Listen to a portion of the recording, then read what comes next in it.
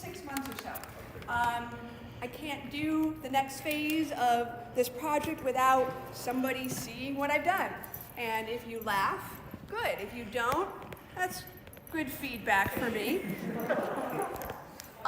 And speaking of feedback, so this is a stage reading, and this particular stage reading is one where we do encourage the audience, not during the performance, but during our intermission in between the first and second act, to tell me what you think. It's perfectly fine if you're not comfortable doing that, but if you just had a thought, or, it can be good, just had a thought, or, it can be good, but it can also be bad. Let me know if something doesn't make sense. Let me know if you're having trouble following along. Again, the second act might clear that up, but it's good to know what people are thinking while they're watching it. Again, I really appreciate you taking the time to do this. Again, I can't do it without the folks volunteering in the cast, my director, someone taking video, and setting up the venue. So I appreciate all of that, and without further ado, here is Conscience.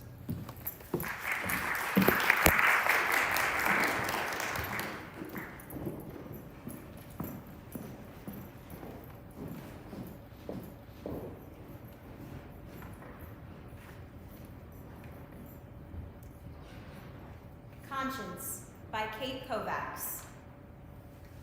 A nearly deserted sidewalk with dimly lit storefronts. Tanya and Margaret enter and cross to the coffee shop, where the door is thrown open, hitting Margaret in the face. She falls down as the responsible party makes an excuse. Whoa, your face really hit that door. Is your nose broken? You could consider it free plastic surgery. Jordan saunters off, leaving the two girls to stumble into the coffee shop. Two city workers set up cones around a manhole. Cece enters and crosses to the coffee shop. The workers pause to catcall and whistle. Woo-hoo! Babe, got any friends with that shake? One city worker creeps up behind the other and yanks his pants down, flashing all. Cece scurries into the coffee shop. What the hell, man? I don't know why I did that. Worker 1 rushes off, clutching her pants. Martin enters and crosses to the coffee shop. City worker 2 whistles, then claps and his hand over his mouth in shock, causing Martin to turn and begin walking backward. Cece exits the coffee shop and the two collide. Oh my goodness, I'm so sorry. Oh, it's totally fine. No harm done. I've got another shirt at work. Hey, we haven't met yet, but we work at the same company. As Martin talks, he and Cece continue to walk, though Martin is walking backward, directly toward the open manhole. As he nears the edge, the first city worker re-enters and does another whistle and catcall, followed by the second city worker pulling his pants down once more. Again? I just don't understand why I'm doing it. You're telling me? My God, Martin, you nearly fell down that hole. You could have been killed. Yeah, wow. You must have an angel looking out for me. Friend of yours, maybe? They exit chatting. In one of the storefronts, a mannequin stirs, resolving into the image of the devil, which steps out onto the sidewalk as the coffee shop door opens to reveal an angel, holding a large tome and a donut. Nearly got me there. That barista was Snapchatting. I could have made him fall if I really wanted to. Sure you could. Listen, I've got this apprentice in training, a real newbie. She's got the commandments pretty well covered, but I think it's time to level up. What do you say to a little friendly competition? Well, I suppose I could put my vacation on hold. The sunny beach just isn't the same without all the screaming and repenting to lull me to sleep. Okay, it's on. Me and my new girl, you're gonna want to watch this one. She's going places. And you and your pansy. Let's say first 3 out of 5. And this one doesn't count. Fine. Song 1 ensues. Devil One begins a Disney-esque villain song with numerous uplifting interjections from Angel One, and at the end, they shake hands and return to their storefronts. Nadine enters in a rush, notices a pair of shoes on display, and suddenly stops to admire them. OMG, you're so pretty. A soft pop sounds as Devil One appears from seemingly nowhere and sidles up to Nadine's side unnoticed. I can just see it. I slinky walk into the office party, all pa-pa-pa-pa.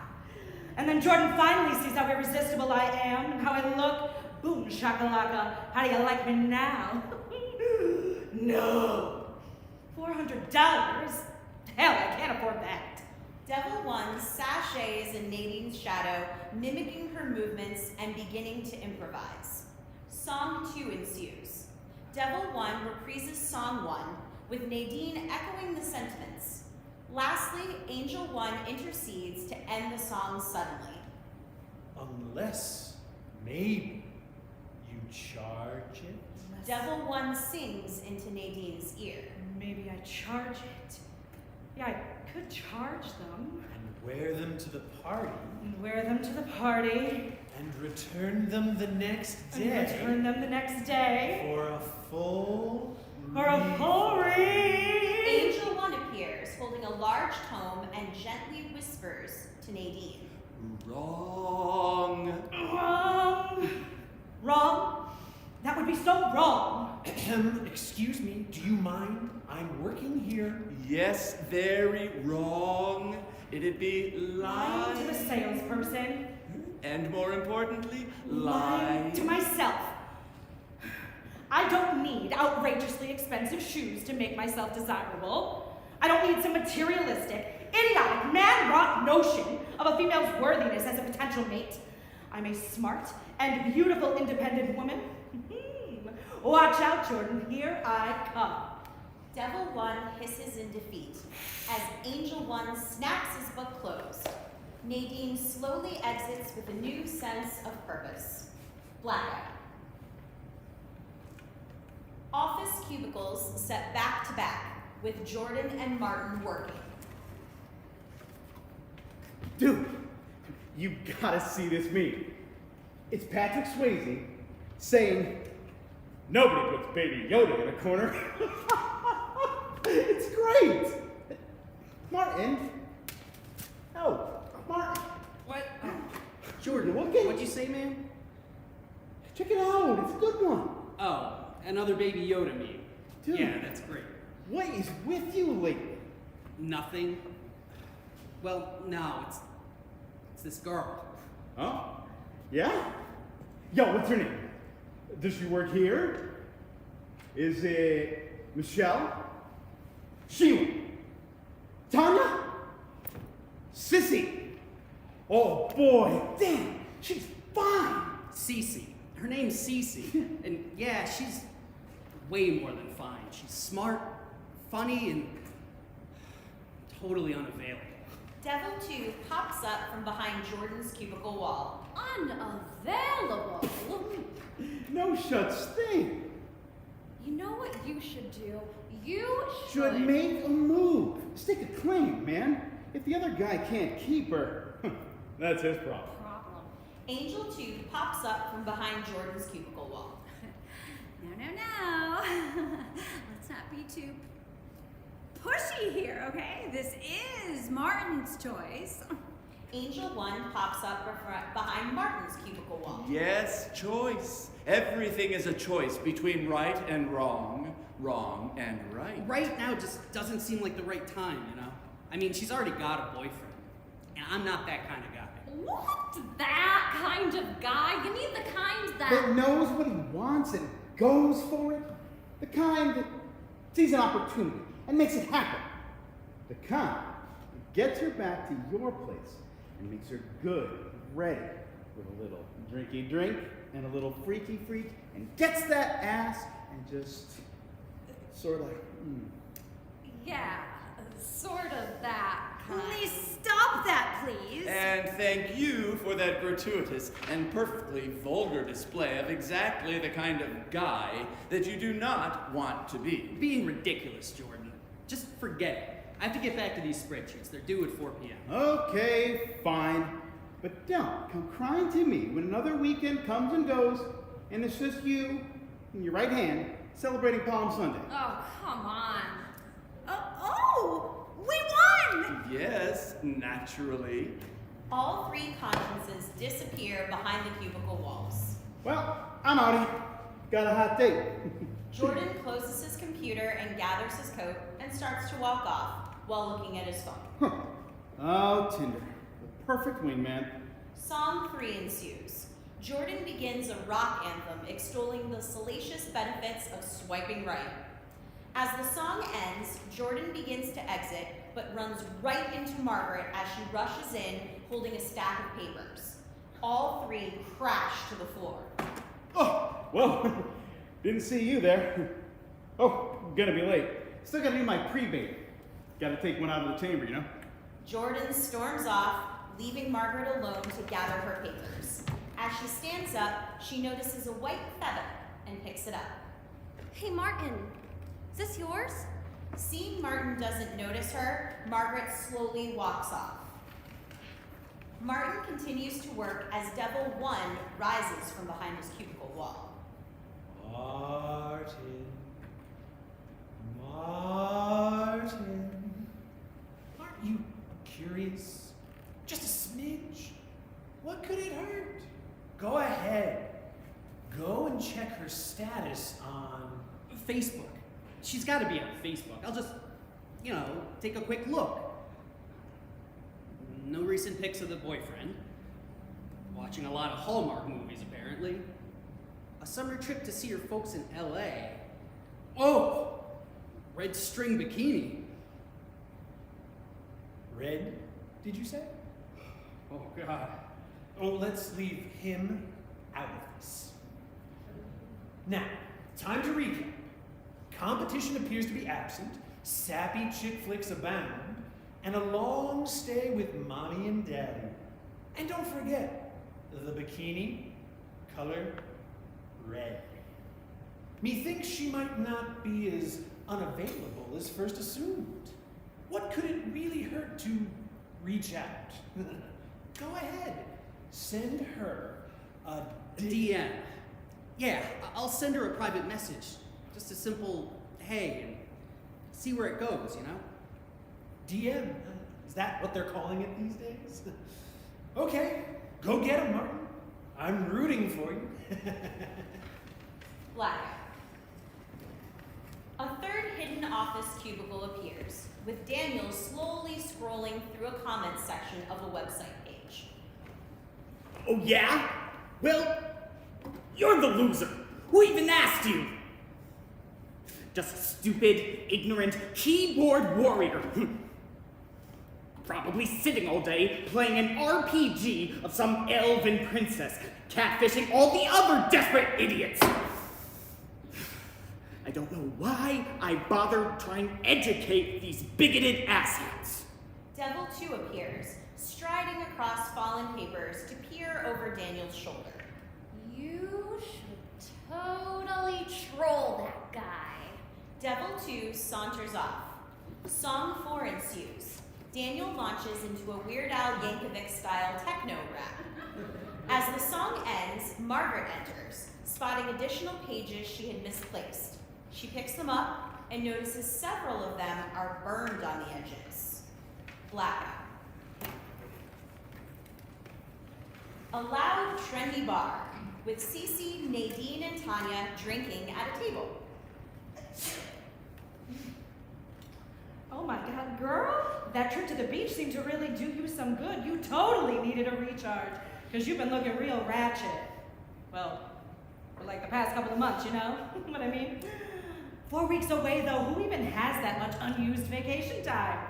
I know what you mean. I just can't seem to get past these allergies, chronic migraines, the IBS troubles, never enough PTO, am I right? And that's just not to mention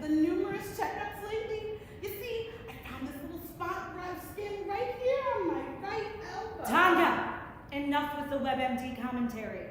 Drink your drink and shut up. No, really though, you do look good. That new hair color really suits you. You like it? Thanks. I thought it was time for a change. You know, I wouldn't change my hair if I were you. Too many nasty chemicals that could make you sick. Besides, you had such a pretty hair color before. This is just a really big change. Please, Tanya, a girl can change her hair if she wants to, although I would suggest you try a different style maybe. You always seem to cover up your face. Nadine reaches out towards Cece's face, and Cece recoils visibly.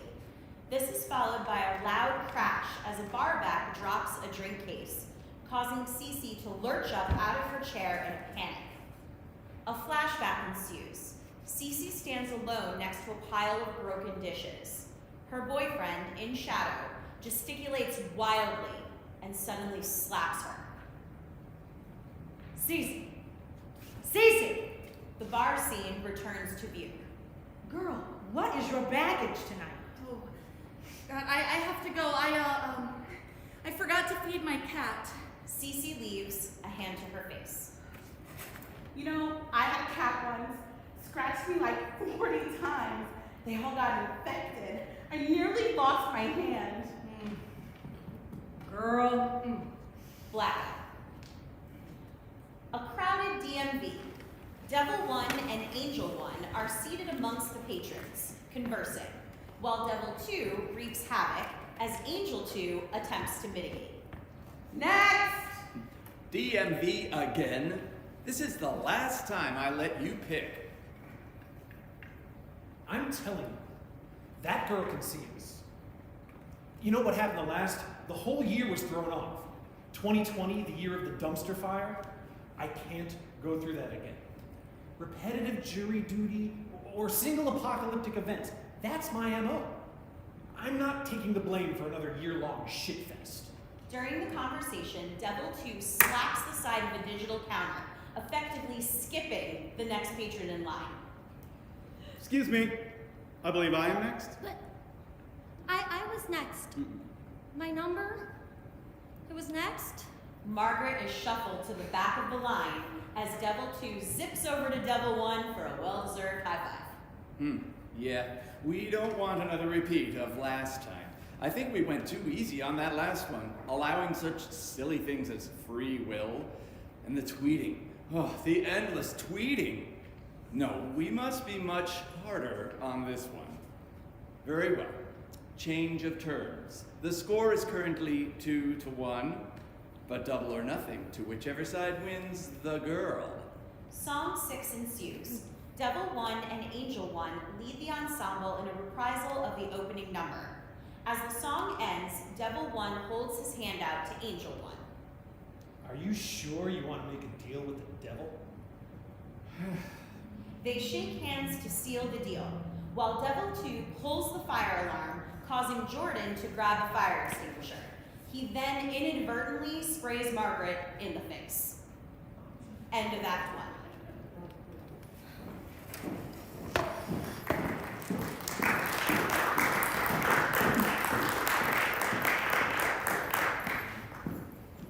All right. So that might have seemed like it went real fast. And probably a good idea to keep in mind that this is intended to be a musical, as I am listing the songs periodically to give you an idea of what might show up there. So that would certainly lengthen what you're seeing by quite a bit. So anybody have any thoughts to share or questions, concerns? I'm all ears. I know this is pretty scary. I think probably you're just, yeah, go ahead. Well, I've seen it multiple times, but I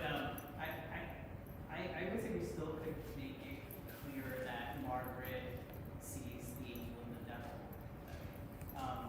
and look for opportunities for that. And again, I know a lot of it's probably in the staging, which we're not doing.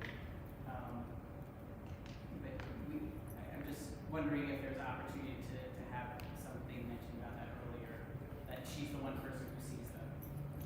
Yes, so it may not be quite too clear just yet, as this first act completes that Margaret is noticing things. So she is showing you a couple of items that she'll discover: the feather that belongs to the angel, and then the papers that you clearly can't see at this point are burned with like a hoof print on them. So the intention is that if you were to perform this production, that you would probably want to make that much more obvious during the acting part of this. And more information is given to you about Margaret in the second act. Any other concerns? Well, in that case, I think we'll head on to our second act. And again, well, you can always ask a question at the end. Well, let's go.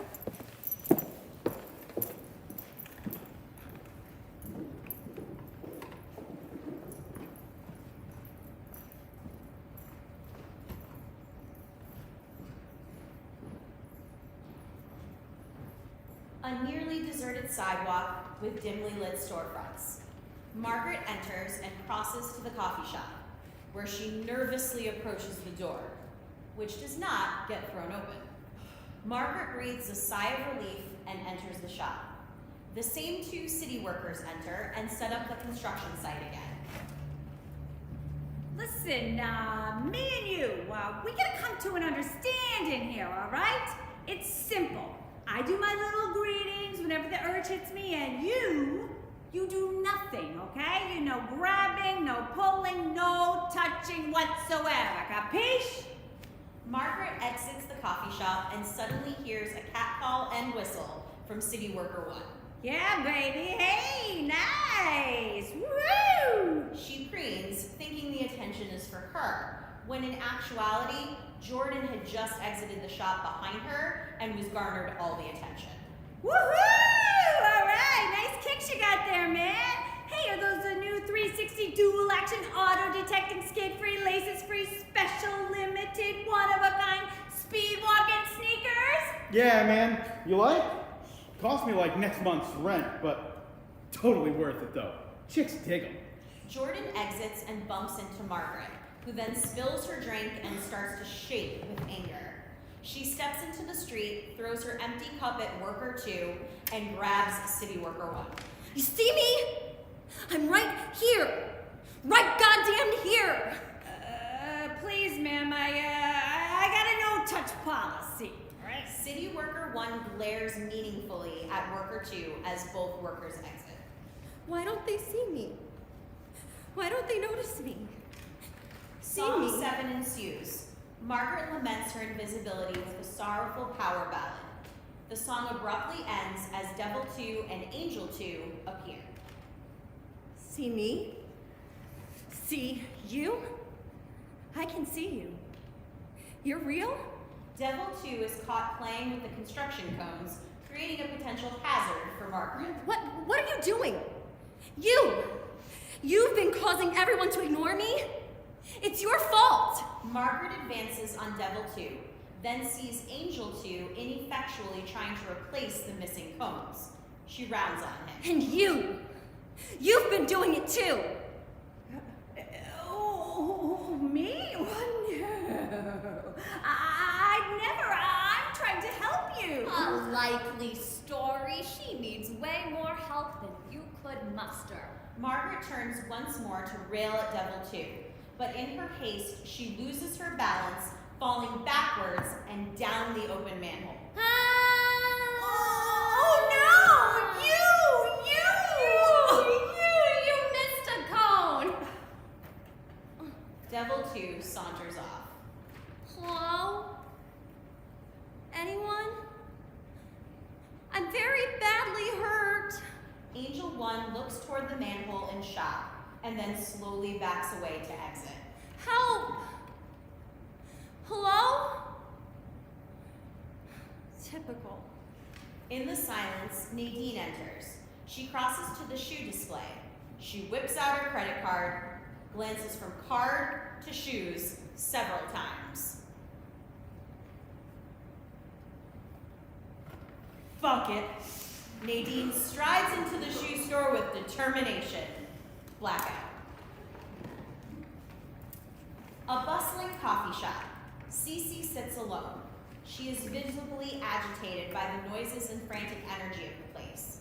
As another loud noise startles her, Devil 1 appears at the table. Why are you here? You know you're not ready. Probably never. Never gonna be ready. He's ruined you for anyone else. Really, you're a mess. Jumping at every little sound, making excuses to stay home, stay hidden, Stay safe. I just want to stay safe. Starting this thing with Martin.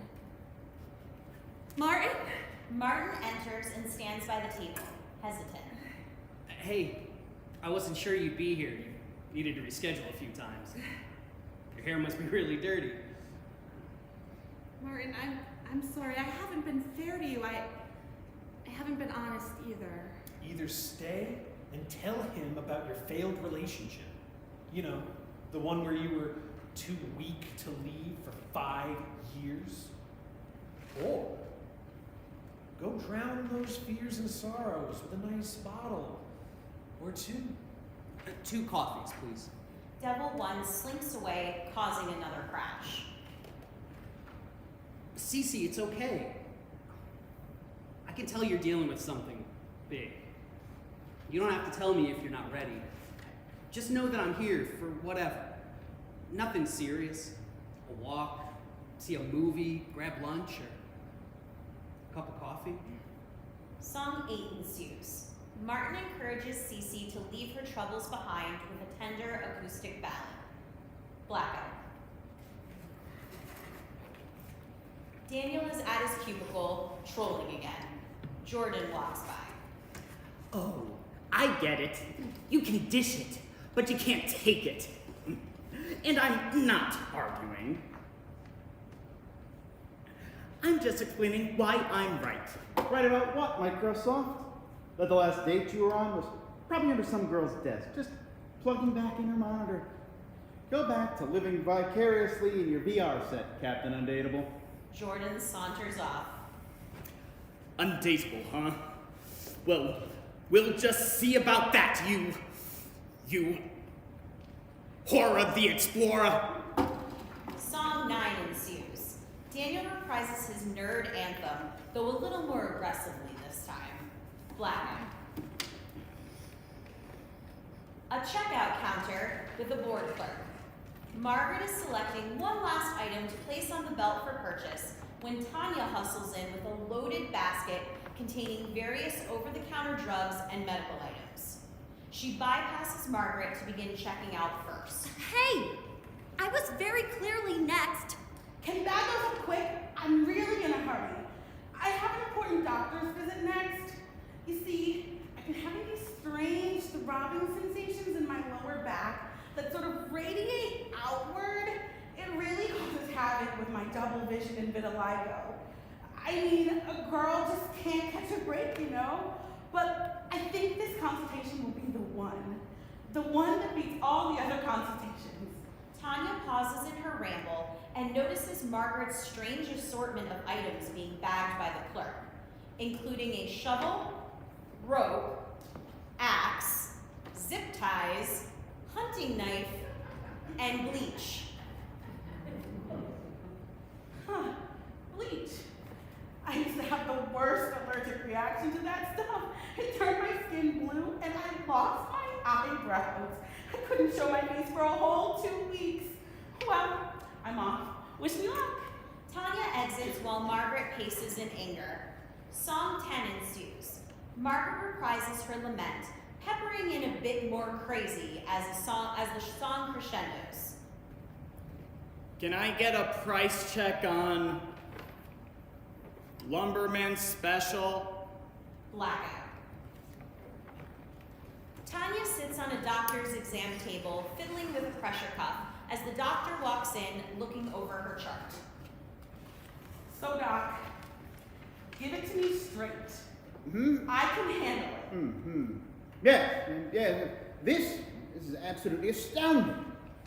I just need a moment. Hey, everyone, quick, you simply must see this. Several other doctors rush in. It's incredible, really. Every single symptom, complaint, none of it imagined. It's all real. She's a medical miracle. write the Journal of Medicine. I'll be famous. All doctors exit in excitement. Well, shit. Blackout. A party at the office is underway. Jordan, Daniel, and Tanya converse as Cece and Martin talk alone. So it's been a while since we've had that coffee. Maybe it's time for a refill? I know, Martin. I wish I could shake off this feeling of uncertainty and dread. It makes me so anxious. I feel so scared all the time. I'd give anything to feel more secure, to be able to start over again with someone new. Someone like you. Hey, everyone! Nadine enters, wearing her new expensive shoes. She begins to sashay, and while launching into her song, stumbles, breaks a heel, and injures her ankle. She limps over to join the larger group. Should totally get a pair of these. Yeah, you really shouldn't wear heels. I wore them at this one time and developed this really unusual ingrown toenail that I had to wear a boot for like 8 weeks. Never mind. As Tanya rambles, Margaret enters, holding several weapons with others strapped to her body. She begins to gesticulate and shout, but no one pays attention. I said, hey, goddammit! Oh God. I'm too handsome to die. I'm too handsome to die. Margaret, oh shut it. Ain't no one believes you're gonna actually do anything. Nothing. That's what I am to you. Nothing. No one, nobody. You all just ignore me, never talking to me, seeing me. Well, I see you. A bunch of ignorant, selfish, obnoxious, pretentious, reactive, small-minded, superficial twats. Girl. Martin, we've got to do something.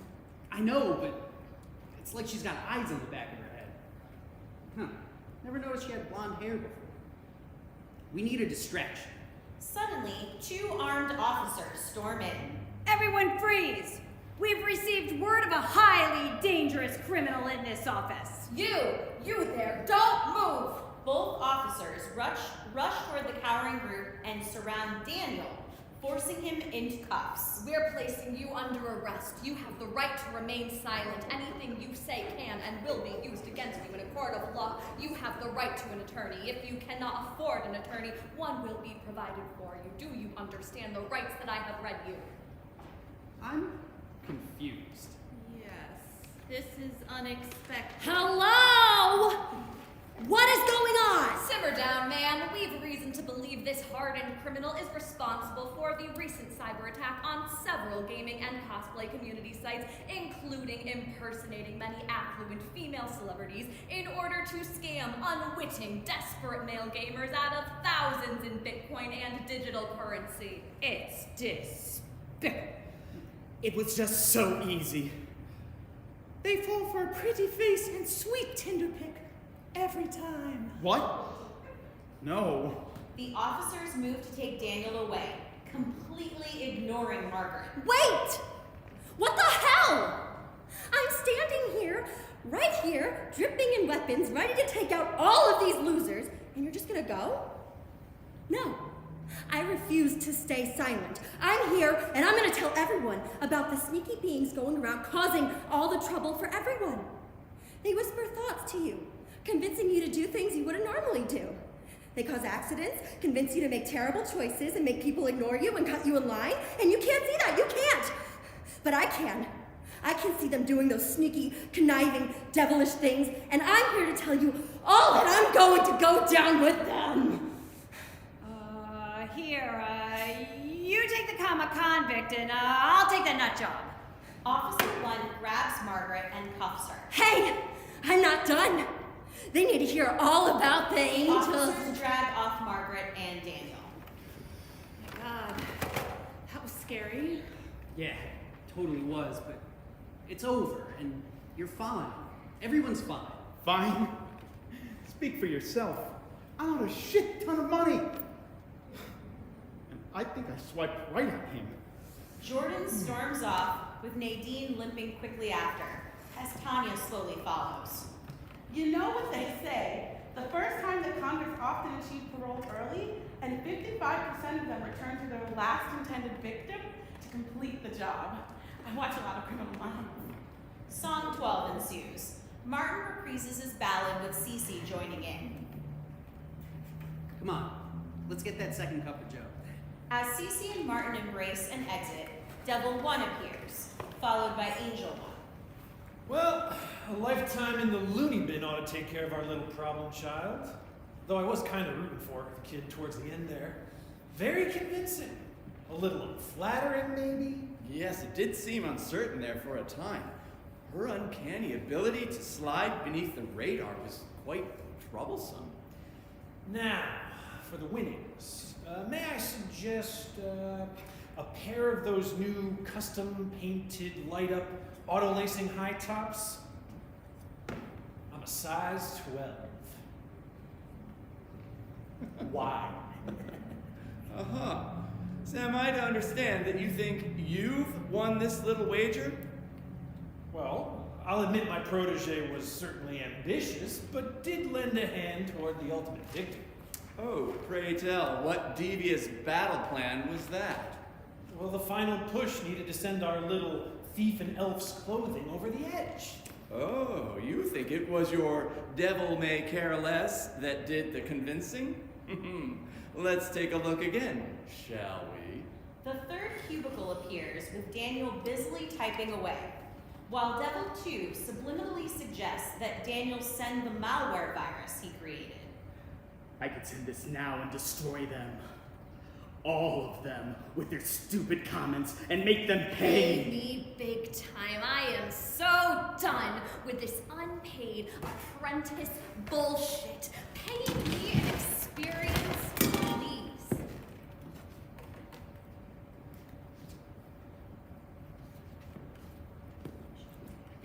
Yeah, okay. Okay, yeah, still over. Slight-headed. Slight-headed. I'm okay.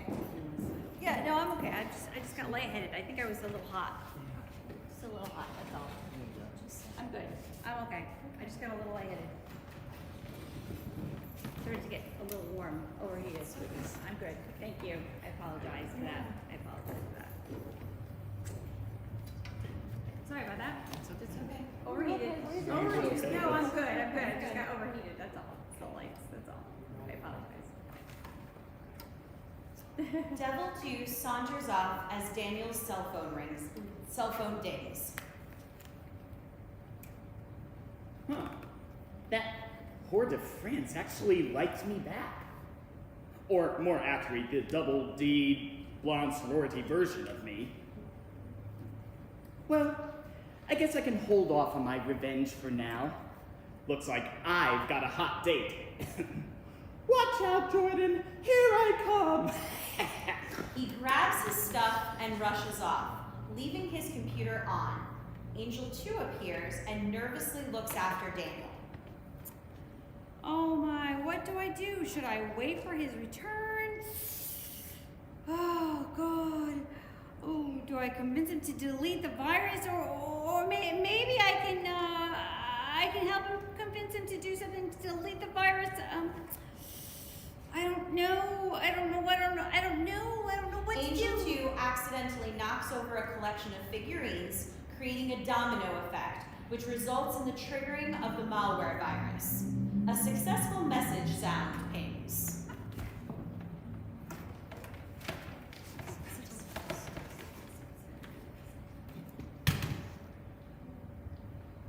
Virus delivery successful. Flashback ends and we return to the original scene. Well, certainly I'd deduct some points for style and performance, but it got the job done. Oh, come on. That goody two-shoes didn't even know what she'd done. If it was left up to her, we'd be in the second coming right now, with the girl leading the fray. Without that virus bringing in the feds, the girl would have continued to cause havoc, potentially triggering another shitstorm of a year. Yes, that's all true. But despite my oft naive and woefully optimistic protege's propensity towards good deeds. It was she that triggered the culminating circumstance, bringing a series of events to their rightful end. I believe that's game. Oh, and I'm a size 13, extra wide. What do you say to double or nothing?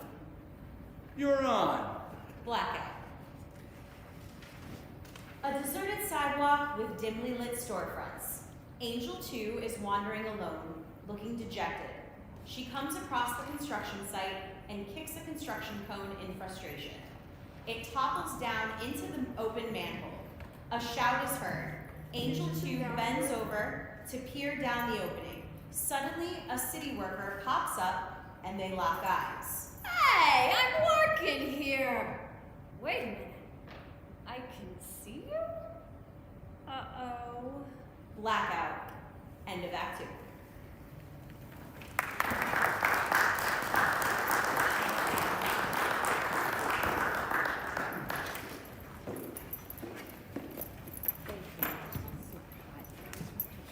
All right, that is Conscience. Thank you again, everyone, for coming. I will be hanging out around. If you have any questions, I'm happy to answer them. And hopefully someday we'll see this performed up again. Thank you, everybody.